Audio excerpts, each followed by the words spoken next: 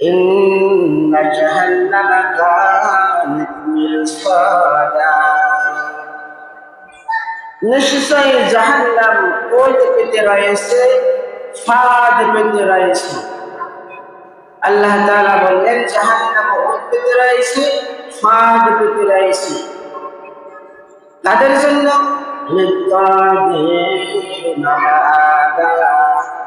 যারা দুনিয়াতে আসার পরে সীমা লঙ্ঘন করেছে।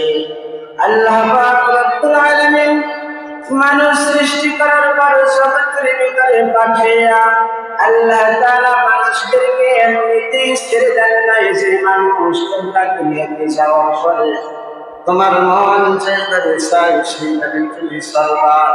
বলে না না, মানুষ তোমাকে স্বাধীনতা দিয়ে পাঠানো হয় নাই। আমি আল্লাহ তাআলা তোমাকে যেমন দুনিয়ার ভিতরে পাঠিয়েছি, তেমন আমি আল্লাহ তাআলা তোমাদের জন্য কিছু বিধান দিয়েছি। আর সেই বিধানগুলো আমি আল্লাহ তাআলা কোরআন কারীমের ভিতরে লিখে দিয়েছি। আল্লাহ তাআলা আমাদেরকে দুনিয়াতে পাঠানোর পরে আল্লাহ তাআলা কিছু বিধান দিয়েছেন। এই বিধানগুলো যদি আমরা মেনে চলি তবে আমরা আল্লাহ তাআলার ফরমানদার বান্দা, নেককার বান্দা, মধ্যবর্তী বান্দা। আর আল্লাহ তাআলার বিধানগুলো যদি আমরা মেনে না চলি তবে আমরা হব আল্লাহ তাআলার নাফরমান, অবাধ্য। আমরা হব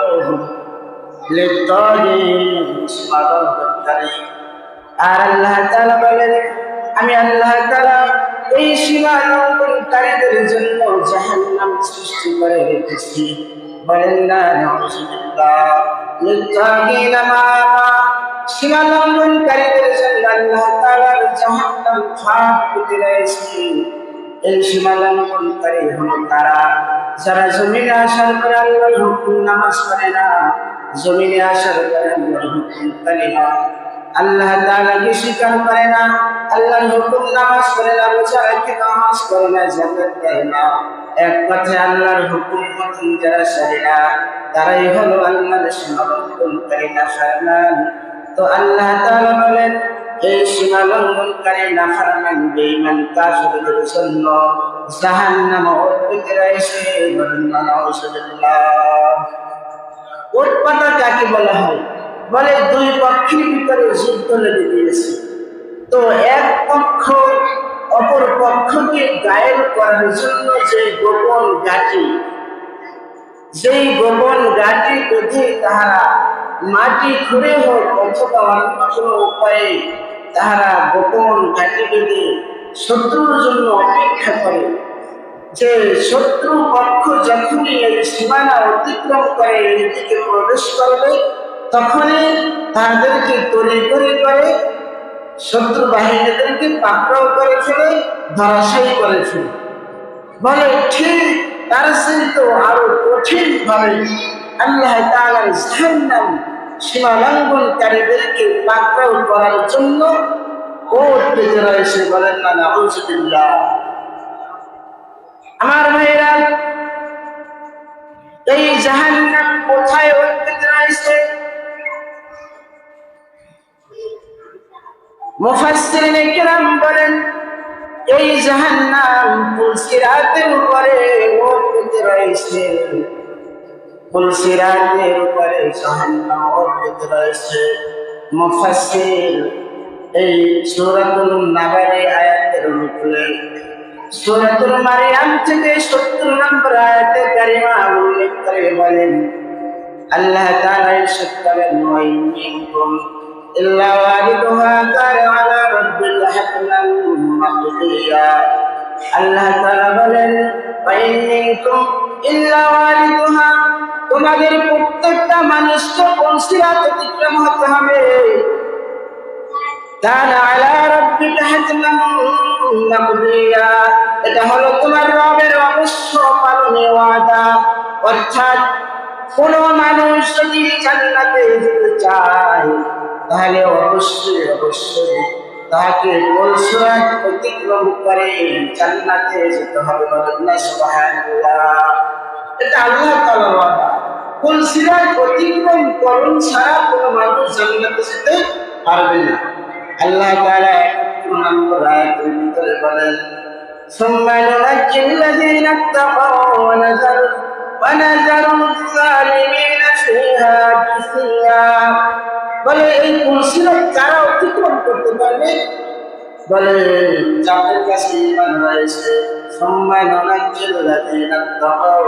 যাদের কাছে ঈমান রয়েছে তারাই এই পুলসিরাত থেকে মুক্তি পেয়ে জান্নাতে চলে যাবে আনাজারুল জালিমিনা ফিহা জিসিয়া আর যারা জালিম কাফের আল্লাহর হুকুম মতন চলে নাই নবীজির তরিকা মতন চলে নাই এমন এমন বেঈমানেরা এই জাহান্নামে পুলসিরাত কেটে কেটে পুলসিরাতের মাধ্যমে তারা জাহান্নামে পড়ে যাবে বলেন না নাউজুবিল্লাহ। তাহলে প্রত্যেকটা মানুষকেই পুলসিরাত অতিক্রম হতে হবে, এটা আমাদের আল্লাহ তাআলার ওয়াদা। পুলসিরাত অতিক্রম করুন ছাড়া কোনো মানুষ জান্নাতে যেতে পারবে না। এই পুলসিরাতটা কেমন? ইমাম গাজালি রাহমাতুল্লাহি আলাইহি কিতাবের ভিতরে লিখেছেন আল্লাহ পাকের হাবিব পুলসিরাতের পরিচয় দিয়ে বলেছেন এই পুলসিরাত এমন একটা পুল যার চতুর্দিকে শুধু আগুন আগুন, যাহার নিচে রয়েছে জাহান্নাম।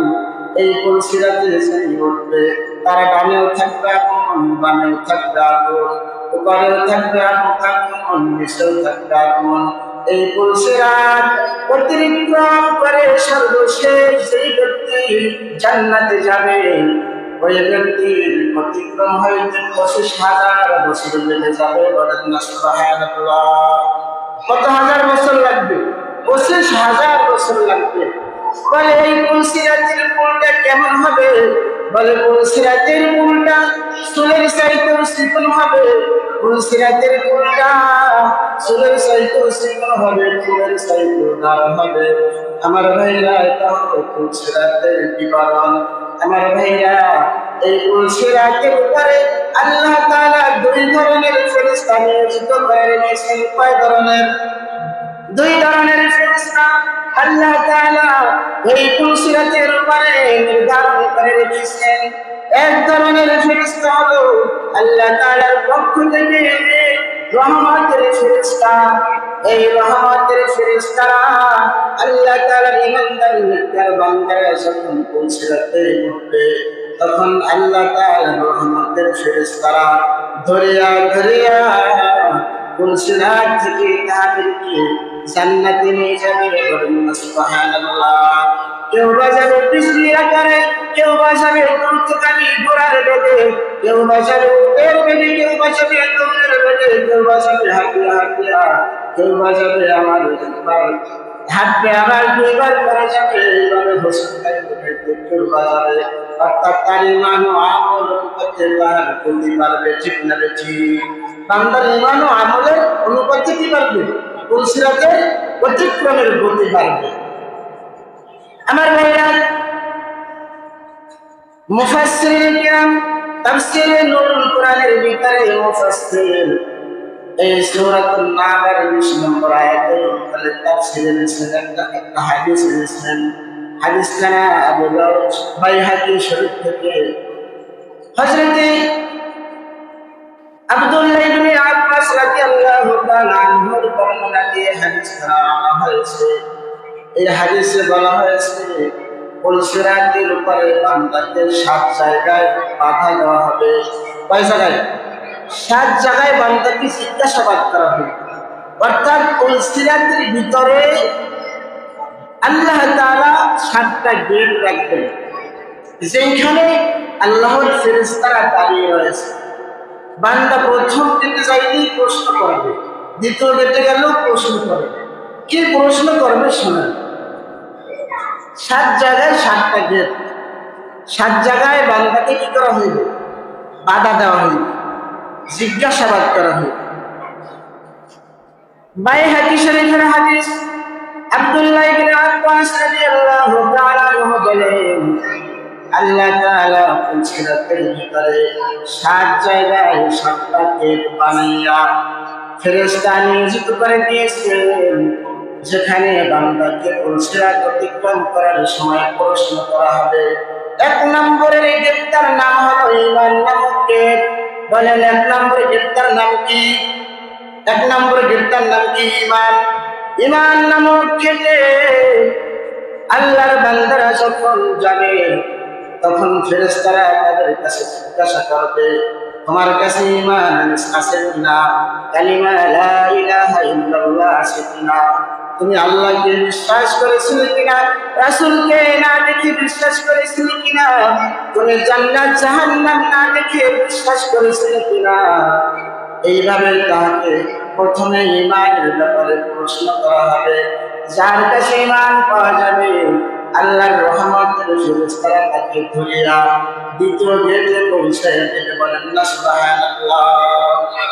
আর যার কাছে ঈমান পাওয়া যাবে না আল্লাহ তাআলার ফেরেশতারা নাফরমানদেরকে ধরিয়া ধরিয়া ধাক্কাইয়া ধাক্কাইয়া পুলসিরাতের নিচে জাহান্নামে ঠানিয়ে দেবেন। বলেন না নাউজুবিল্লাহ। একটু খেয়াল দিবেন ভাই, একটু খেয়াল দিবেন। তাহলে পুলসিরাতের উপরে 7টা গেট থাকবে, যেখানে বান্দাকে 7 জায়গায় জিজ্ঞাসাবাদ করা হবে। এই জিজ্ঞাসাবাদের প্রথম গেটটার নাম হলো কি? ঈমান। ঈমান নামক গেট, যেখানে বান্দা যদি ঈমান নিয়ে যায় তাহলে দ্বিতীয় গেটে যাওয়ার কি পাবে? পারমিশন পাবে। আর যদি বান্দার কাছে প্রথম গেটে ঈমান না থাকে তাহলে বান্দাকে ধাক্কা মেরে দূরে যাওয়ান লাগবে না, ধাক্কা মেরে নিচে হারাই দিলে সে জাহান্নামে, তার নির্ধারিত জাহান্নামে সে চলে যাবে। এ হলো প্রথম গেট। দ্বিতীয় গেটে ঈমানের কারণে যারা দ্বিতীয় গেট অতিক্রম করলো, দ্বিতীয় গেটে যাওয়ার পরে বান্দাকে নামাজের ব্যাপারে জিজ্ঞাসা করা হবে। কিসের ব্যাপারে? নামাজের ব্যাপারে দ্বিতীয় গেটে জিজ্ঞাসা করা হবে। জিজ্ঞাসা করা হবে, বান্দা তুমি তোমার জিন্দেগিতে 5 ওয়াক্ত নামাজ আদায় করেছিলে কিনা? এই জন্য আমার ভাইরা, আল্লাহর পয়গম্বর মুহাম্মদ আরবি সাল্লাল্লাহু আলাইহি ওয়াসাল্লাম ইরশাদ করেছেন, আউয়ালু মা ইউহাসাবু বিল আবদি ইয়াওমাল কিয়ামাতিস সালাত। বান্দাকে কিয়ামতের দিন সর্বপ্রথম নামাজের ব্যাপারে জিজ্ঞাসা করা হবে।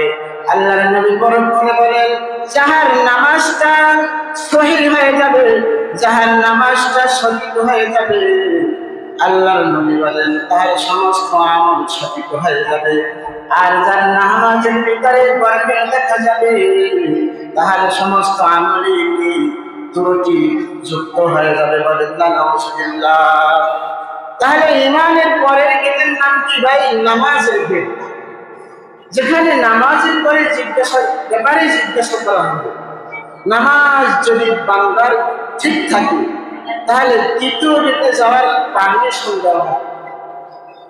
আর যদি বান্দার নামাজ ঠিক না থাকে, দুনিয়ার জমিনে যদি বান্দা নামাজ আদায় ঠিক মতো না করে থাকে, তাহলে জাহান্নামের ফেরেশতারা ধরিয়া একটা ধাক্কা মেরে পুলসিরাত থেকে তাকে জাহান্নামের নিচে ফেলে দিবে। বলেন না নাউজুবিল্লাহ। তাহলে নামাজের দরকার আছে না নাই? আমাদের প্রত্যেকের নামাজের দরকার আছে নাকি নাই? আল্লাহ তাআলার ওয়াদা, যদি কোনো জান্নাতে যাইতে চায় তাহলে তাকে অবশ্যই অবশ্যই পুলসিরাত অতিক্রম হতেই হবে। আর এই পুলসিরাতে বান্দাকে ঈমানের পরেই নামাজের ব্যাপারে জিজ্ঞাসা করা হবে। আমাদের ঈমান হয়তো আমরা এখানে যারা আছি প্রত্যেকের আমরা ঈমানদার, ঈমান আছে বলেই আমরা মসজিদে আসতে পেরেছি, কিন্তু প্রত্যেকে আমরা কিন্তু কি নয়? নামাজি নয়। তাহলে আমাদের আজ থেকে নামাজি হওয়ার দরকার আছে না নাই? আমার ভাইরা দেখেন, দুনিয়ার জমিনে কিন্তু টাকা পয়সার বিনিময় চলে, দুনিয়ার জমিনে ক্ষমতার বড়াই চলে, টাকা পয়সার বড়াই চলে, কিন্তু আখিরাতের জীবনে ওই আপনি দুনিয়াতে কোনো কাজ করতে গেলে ঘুষ দিয়ে আপনার কাজটা আপনি সমাধান করতে পারেন, কিন্তু আখিরাতের জীবনে কিন্তু কোনো প্রকার ঘুষের লেনদেন বা বিনিময় হবে না। ঠিক না? ঠিক। যে পুলসিরাতের গোড়ায় গিয়ে বলবেন, ভাই তোমাকে দিলাম 1 কোটি টাকা, আমাকে পার করে দাও, সেই সুযোগ আছে? সেই সুযোগ নাই। একটু খেয়াল দিয়ে শুনবেন, একটু লক্ষ্য করেন। তাহলে প্রথমে ইমানের বিল, তারপরে নামাজের বিল। নামাজটা ঠিক হয়ে গেলে বান্দাকে তৃতীয় নম্বরে রোজার দিকে নিয়ে পৌঁছানো হবে। তৃতীয় নম্বরে বান্দাকে রোজার ব্যাপারে জিজ্ঞাসা করা হবে। বান্দার কাছে যদি রোজার আমলটা ঠিক মতন পাওয়া যায়, তাকে চতুর্থ নম্বরে যাওয়ার জন্য পারমিশন দিবেন। আর যদি বান্দার জীবনে এসে আল্লাহর হুকুম রোজা না রেখে থাকে, ধাক্কা মেরে তাকে জাহান্নামের ভিতরে ছেড়ে দেওয়া হবে। বলেন না নাউজুবিল্লাহ। চতুর্থ নম্বরে কেটে যাওয়ার পরে বান্দাকে জান্নাতের ব্যাপারে জিজ্ঞাসা করা হবে। ও আমার বান্দা, তুমি দুনিয়াতে ধন সম্পদ পাওয়ার পরে, সম্পদশালী হওয়ার পরে তুমি যাকাত আদায় করেছিলে কিনা? যদি বান্দার কাছে যাকাতের পুঁজি পাওয়া যায়, তাহলে বান্দাকে এখান থেকে মুক্তি দিয়ে পঞ্চম নম্বরে কেটে যাওয়ার পারমিশন দেওয়া হবে এবং তাহাকে সহি সালামতে পঞ্চম নম্বরে কেটে পৌঁছে দেওয়া হবে। আর যদি বান্দার কাছে যাকাতের আমল পাওয়া না যায়, বান্দাকে ধাক্কা মেরে জাহান্নামে ফেলিয়ে দেওয়া হবে। আমরা বলি নাউজুবিল্লাহ। পঞ্চম নম্বরে বান্দাকে জিজ্ঞাসা করা হবে হজের ব্যাপারে। কিসের ব্যাপারে? হজের ব্যাপারে। যে বান্দা দুনিয়াতে সম্পদশালী হওয়ার পরে হজ করছে কিনা। অনেকে মনে করে যে আমার নিকট ৫-৭ লাখ টাকা থাকলে, নগদ ব্যাংক ব্যালেন্স থাকলে হয়তো আমার উপরে হজ খরচ। কিন্তু এইটা বোঝে না যে বান্দার নিকট অনেক জায়গা জমি আছে, হয়তো কি নাই, টাকা নাই, কিন্তু এমনও জায়গা আছে যে জায়গার একটু টানা বেচলে ৮ লাখ ১০ লাখ টাকা কি হয়ে যায়। তো এই ব্যক্তি যদি বলে যে আমার উপরে হজ খরচ হয় নাই, তাহলে সে মিথ্যাবাদী নাকি সত্যবাদী? মিথ্যাবাদী। তাহলে জীবনে একবার হজ করা ফরজ। আর মাসআলা হলো, যদি কেউ কোনো উপায়ে কাহার উপরে একবার হজ খরচ হয়ে যায়, অর্থাৎ ধনী হয়ে যায়, আর তার উপরে হজ খরচ হয়ে গিয়েছে, আবার সে সময় মতো হজটা করে নাই, কিন্তু পরবর্তীতে গরিব হয়ে গিয়েছে, বলে তাহার উপরে যে হজ খরচ হয়েছিল সে ফরজিয়াত কিন্তু মাফ হয় নাই, তার উপরে ফরজের বিধান রয়ে গেছে। তাহলে সে পরবর্তীতে যদি গরিব হওয়ার দোহাই দেয়, তাহলে সেটা কাম্য হবে না, গ্রহণযোগ্য হবে না। পঞ্চম নম্বরে যেতে হজের ব্যাপারে জিজ্ঞাসা করা হবে। হজের আমল পাওয়া গেলে পারমিশন দেওয়া হবে ষষ্ঠ গেটে যাওয়ার জন্য।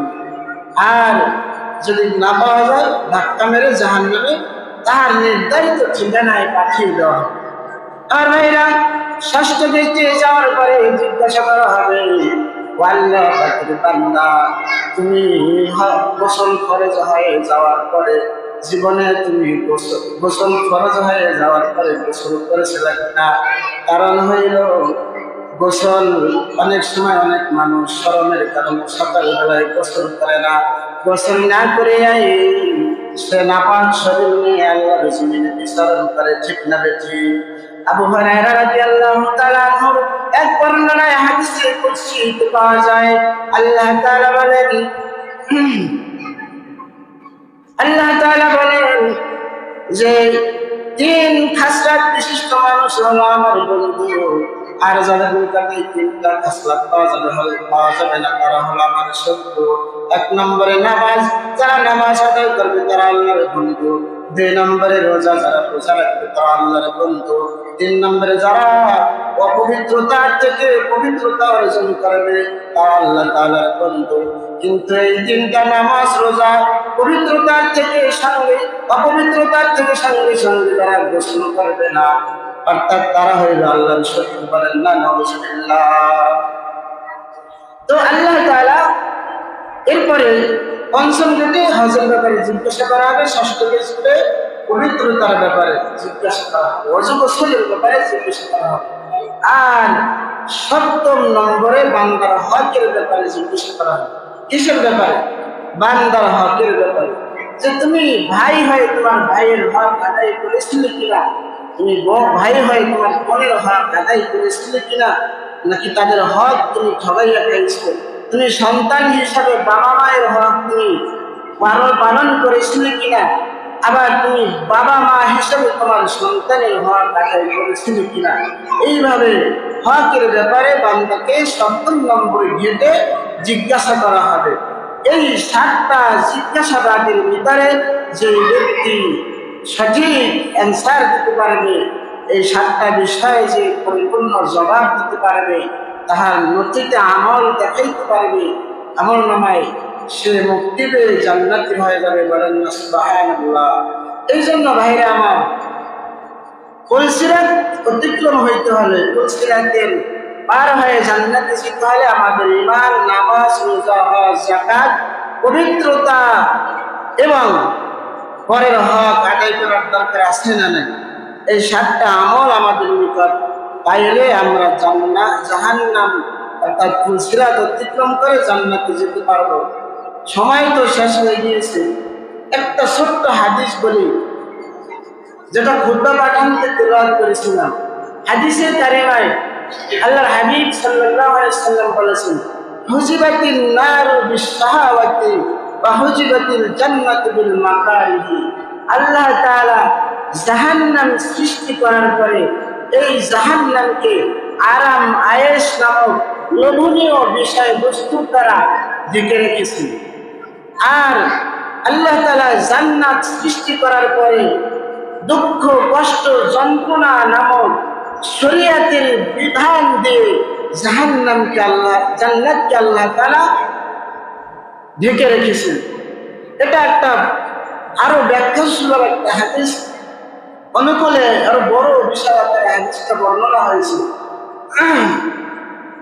আল্লাহ তাআলা জান্নাত সৃষ্টি করার পরে জিবরাইলকে বললেন, জিবরাইল যাও, আমি আমার নেককার বান্দাদের জন্য জান্নাত তৈরি করে রেখেছি, আমার তৈরিকৃত জান্নাতটা তুমি একটু দেখে আসো।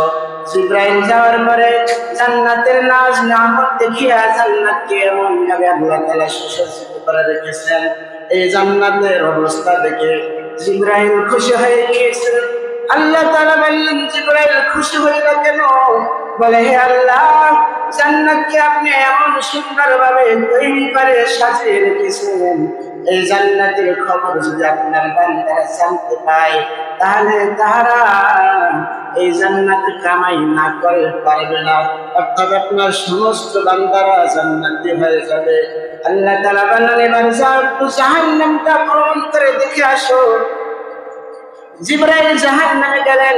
জাহান্নামের দুঃখ, কষ্ট, যন্ত্রণা দেখার পরে জিবরাইল খুশি হয়ে গেল।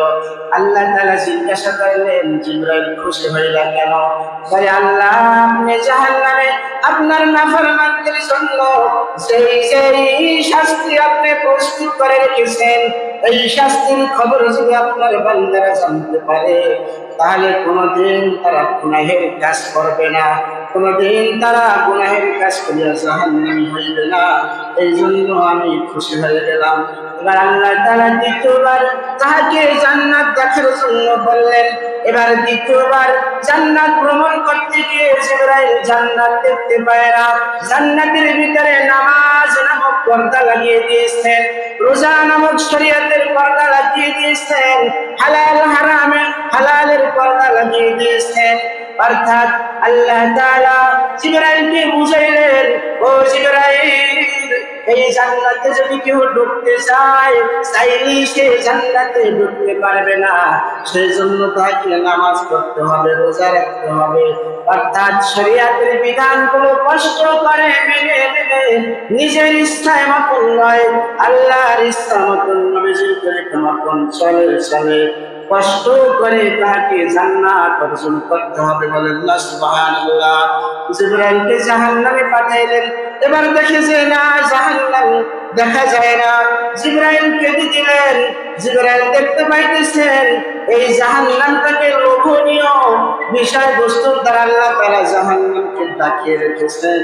জিবরাইল বুঝা ফেলাইছে হায় হায়, মানুষ এই লোভনীয় বিষয়ের পিছনে দৌড়াইতে দৌড়াইতে, টেলিভিশন সিনেমার পিছনে দৌড়াইতে দৌড়াইতে, বেনামাজি হইয়া আরামে ঘুমাইতে ঘুমাইতে সে নিজে কখন জাহান্নামী হয়ে যাবে বান্দা নিজেও বলতে পারবে না। এই জন্য আমার ভাইরা, গুরুত্বপূর্ণ একটা বিষয় ছিল যেটার ব্যাখ্যা করে আলোচনা করার দরকার ছিল, কিন্তু সময় না থাকার কারণে আমি সব ভেঙে বলতে পারলাম না। আমি আপনাদেরকে সহজেই বলতেছি, জান্নাতে যেতে হলে শরীয়তের বিধান মেনে তাকে কষ্ট করে জান্নাতে যেতে হবে, আর জাহান্নাম থেকে বাঁচতে হলে লোভনীয় আরাম আয়েশগুলো ছেড়ে তাহাকে জাহান্নামের লোভনীয় আরাম আয়েশের মজাদার, গুনাহ করতে কিন্তু মজা আছে, গুনাহ করতে কি আছে, সাময়িক মজা আছে, বলে গুনার এই মজাটা তোমাকে ছাড়তে হবে, তাহলে তুমি জাহান্নাম থেকে বেঁচে যাবা। আল্লাহ তাআলা আমাদের সবাইকে আমল করার তৌফিক দান করুন। আল্লাহ তাআলা আমাদের সবাইকে এমন জীবন অর্জন করার তৌফিক দান করুন যেই জীবনের দ্বারা আমরা জাহান্নাম থেকে মুক্তি পেয়ে জান্নাতি হয়ে যাব। বলেন আমিন।